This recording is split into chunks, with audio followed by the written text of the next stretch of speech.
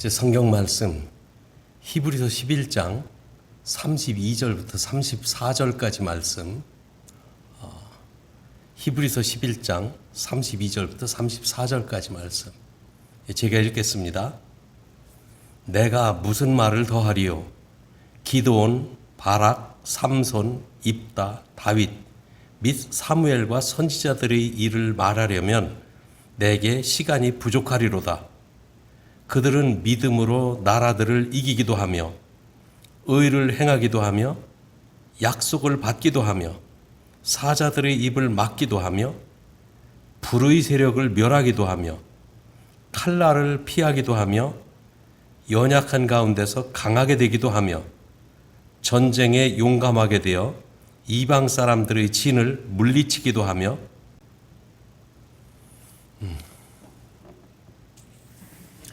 우리 조국 대한민국을 생각할 때 참 그 발전상을 생각하면 놀라움을 금할 수가 없습니다.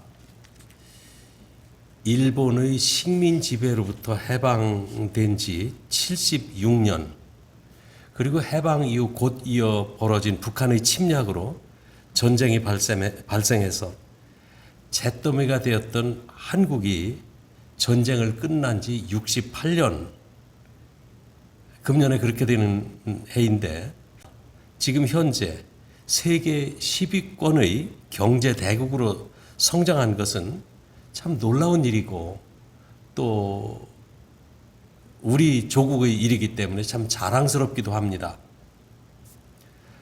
제가 1960년대 초에 마포에서 여의도로 연결되는 제2한강교가 개통될 때만 해도 우리의 기술로 한강 다리를 놓았다고 온 국민이 감격했었습니다.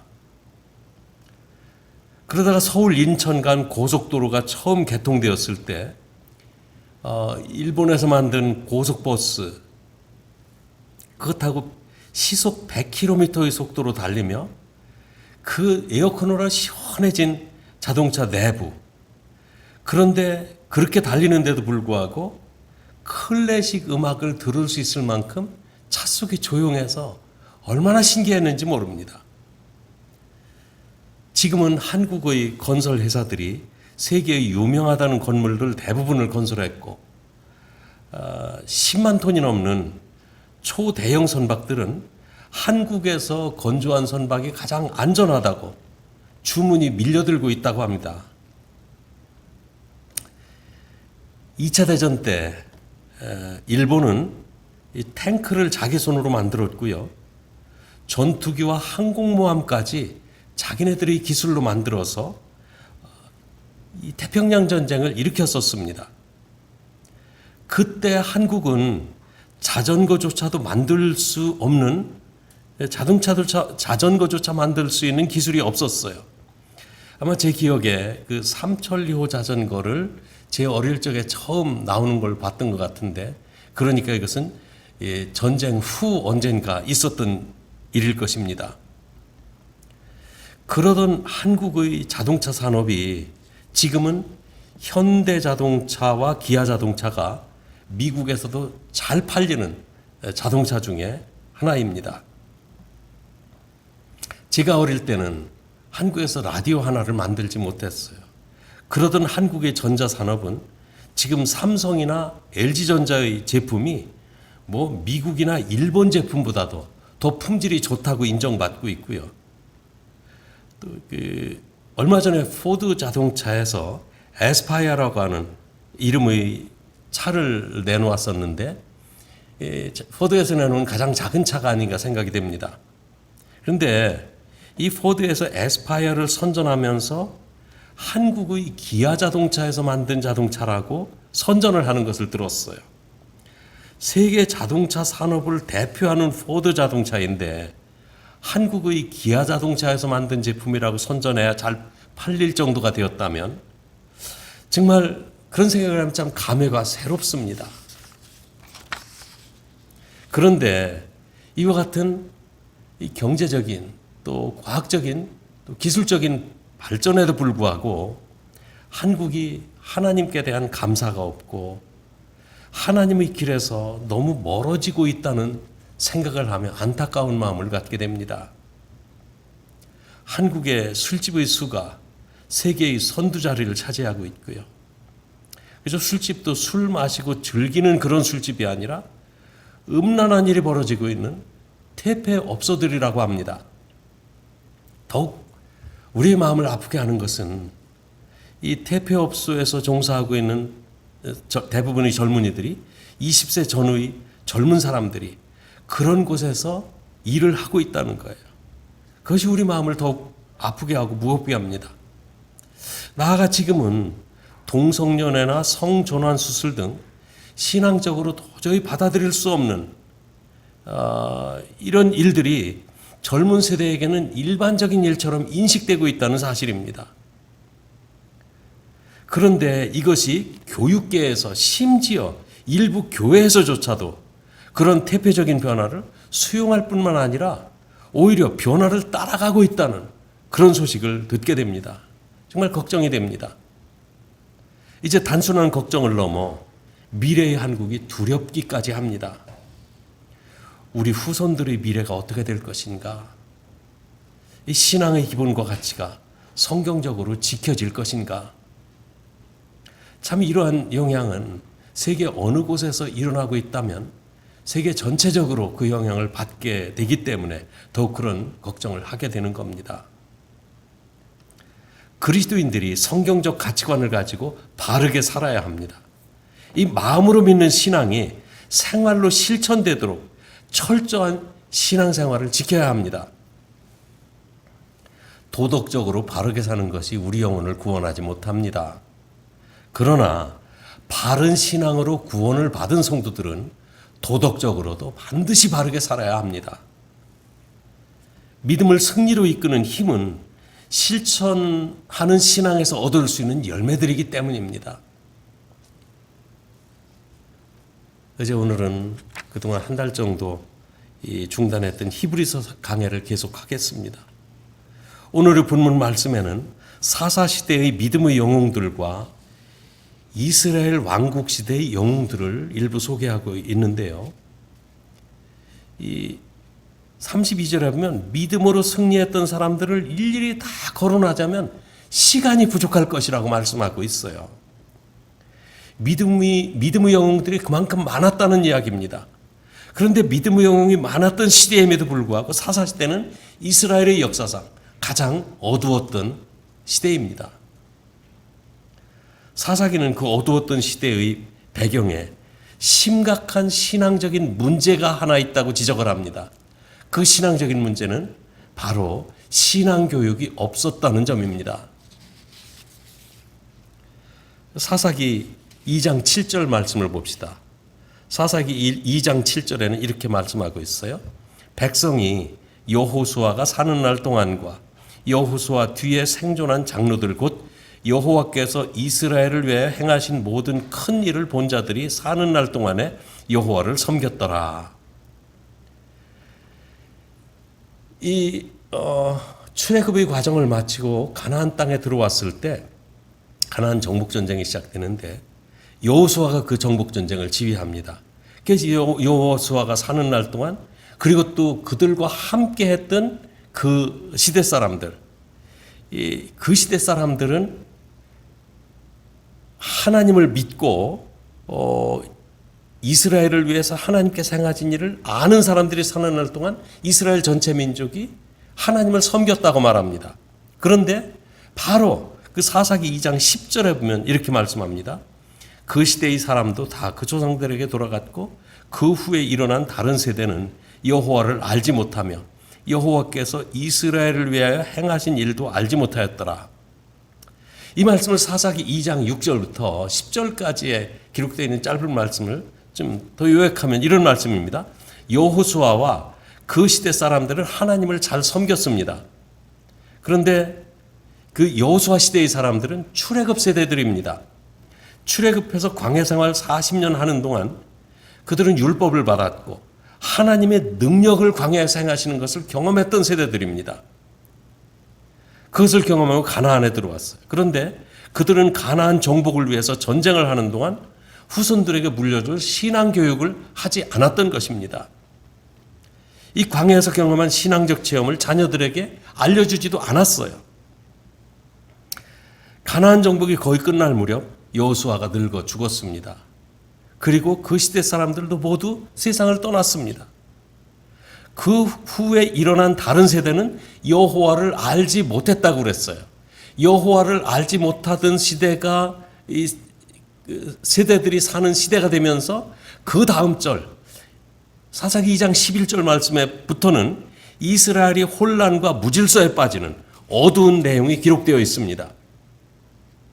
그들은 하나님을 버리고 바알신을 섬겼고 원주민들이 섬기던 토속 종교에 빠지고 말았어요. 그때부터 이스라엘은 안정이라는 말이 사라집니다. 적군이 침입하면 전쟁에서 늘 패배합니다. 적군에게 농사지은 농산물을 노략당하고 여자들을 빼앗기고 자녀들이 죽임을 당합니다.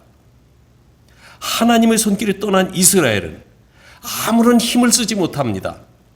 그때 하나님께서는 하나님을 의지했던 사사들을 세워주시어서 다시 신앙을 회복하시고 나라를 구원해 주셨어요. 사사들이란 나라의 지도자였고 전쟁을 지휘하는 장수들이었고 백성들을 판단하는 재판관이었습니다. 대표적인 사사들의 이름이 본문 32절에 기록되어 있습니다. 기드온, 바락, 삼손, 입다, 사무엘 같은 사사들을 하나님께서 이스라엘을 위해 세워주셨던 겁니다. 또한 선지자들도 세워주셔서 하나님의 말씀을 선포하게 하셨어요. 우리도 후손들에게 신앙교육을 하지 않으면 후에 똑같은 비극을 당하게 될 것입니다. 이 미국에 와서 살다 보니 역시 미국은 참 기회가 많은 땅입니다.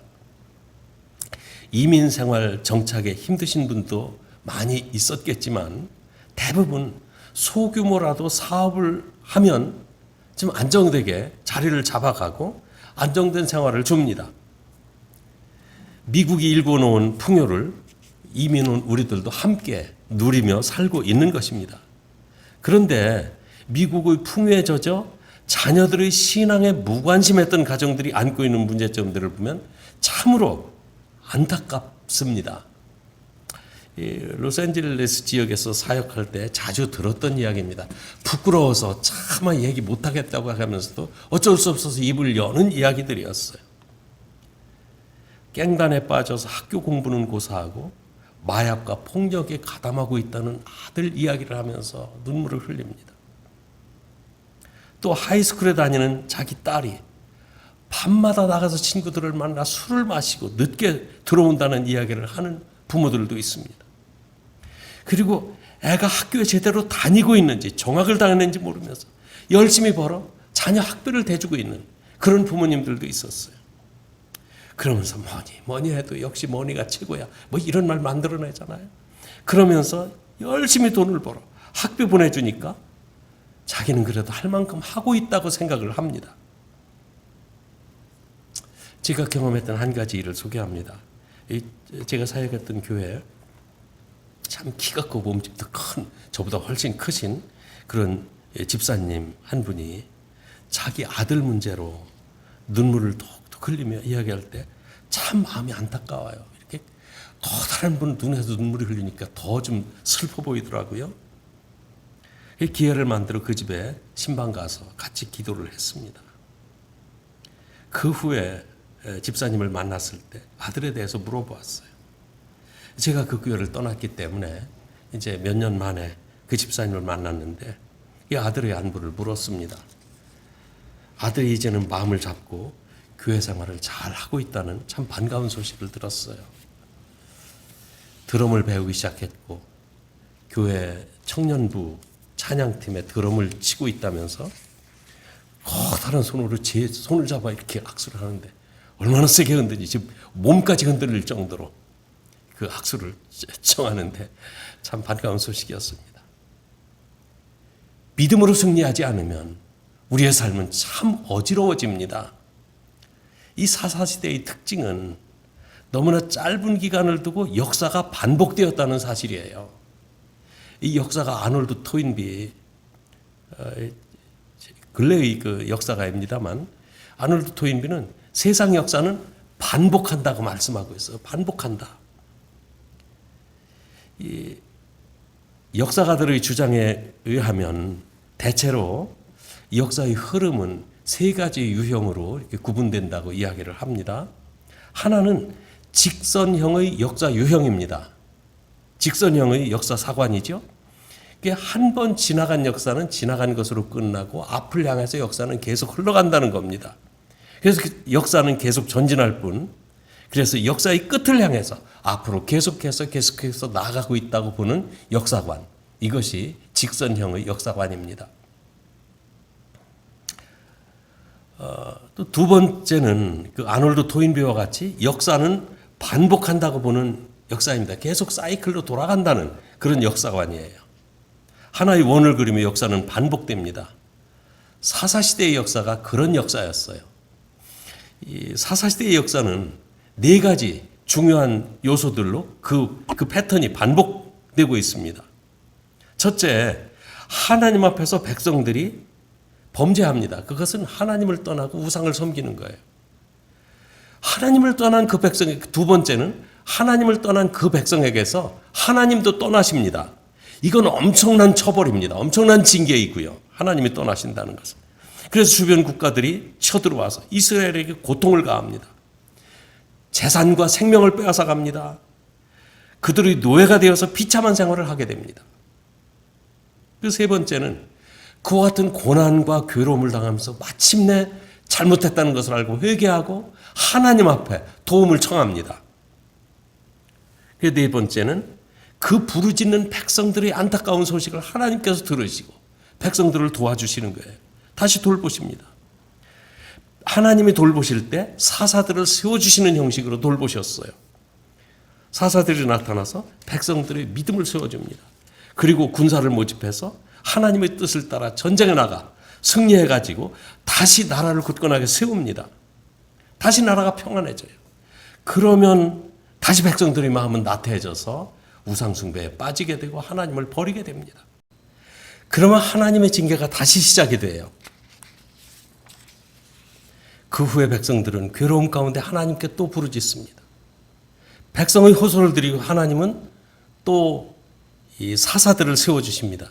이것이 사사시대에 반복되던 역사의 흐름이었습니다. 이러한 역사의 회전을 보면서 역사는 이 원을 그리며 반복한다. 이렇게 역사가들은 역사를 보았던 것입니다. 세 번째 역사관은 나선형의 역사관입니다. 역사는 빙글빙글 도는 것 같으나 어떤 목표를 향해 나아가면서 돌고 있다. 그런 말입니다. 이 사사기의 역사는 사실 원을 그리던 역사가 아니라 비슷한 현상이 반복되면서 왕국시대를 향해서 계속 앞으로 나아가고 있었던 것입니다. 이 사사시대의 반복되는 역사는 7번이나 반복이 되었어요. 그런데 마지막 사사인 사무엘 시대에 백성들이 왕을 세워달라고 요구하니까 이 하나님이 왕을 세워주심으로 이제 사사시대는 끝나고 왕국시대를 열어가게 됩니다. 우리 역사도 이와 같이 반복됩니다. 사사시대의 그 역사가 우리에게도 똑같이 반복될 수 있습니다. 신앙의 유산을 후대에게 잘 물려주지 않으면 이스라엘의 역사와 같이 불행한 역사를 맞이할 수 있습니다. 신앙교육이 잘 이루어지지 않으면 이스라엘의 고통을 우리도 당하게 될 것입니다. 1981년에 촬영된 Chariot of Fire라고 하는 영화를 소개해 드리겠습니다. 불병거라고 하는 영화입니다. 아카데미상의 중요 부분을 여러 개 차지한 영화라고 합니다. 이 영화는 에릭 리델이라고 하는 올림픽 영웅의 이야기를 영화화한 실화를 근거로 한 영화입니다. 리델은 중국 천진에 나가 있는 선교사 부부의 아들로 태어났습니다. 자기 나라 스코틀랜드에 돌아가서 공부를 하면서 육상 선수로 전 유럽에 알려지게 된 아주 유명한 육상 선수였어요. 그의 라이벌은 유대계 영국인인 해롤드 에이브람스라고 하는 선수였습니다. 아브라함스는 옥스퍼드 대학을 졸업했어요. 그리고 그도 육상 선수였는데 그 아브라함이 말하기를 자기는 인간적으로 최선의 노력을 다 기울이지만 저 리데는 절대 이길 수 없다고 늘 그렇게 말합니다. 아무리 달려도 꼭 반걸음 차로 자기가 패배한다는 거예요. 1924년 파리에서 올림픽이 열리게 되었고 두 사람이 이제 그 올림픽에서 겨루게 되었어요. 과연 누가 이길 것인가? 온 세계가 이 경기에 관심이 모아졌습니다. 그런데 이 배로 도보 해협을 건너 파리로 가던 중에 리델은 100m 달리기 결승전이 주일날 있다는 사실을 코치로부터 듣게 되었어요. 그래서 코치에게 왜 진작 말해주지 않았느냐고 불평을 합니다. 코치는 리델의 신앙을 잘 알고 있기 때문에 미리 말해줄 수가 없었어요. 그래서 진작 말해주지 못해서 미안하다고도 해보고 내가 너를 얼마나 아끼고 사랑하는지 아느냐고 하면서 절대 우리 조국 영국을 위해서 기권해서는 안 된다고 설득을 합니다. 그러나 리델은 내가 영국도 사랑하고 코치님도 존경하지만 그러나 하나님과의 약속은 영원한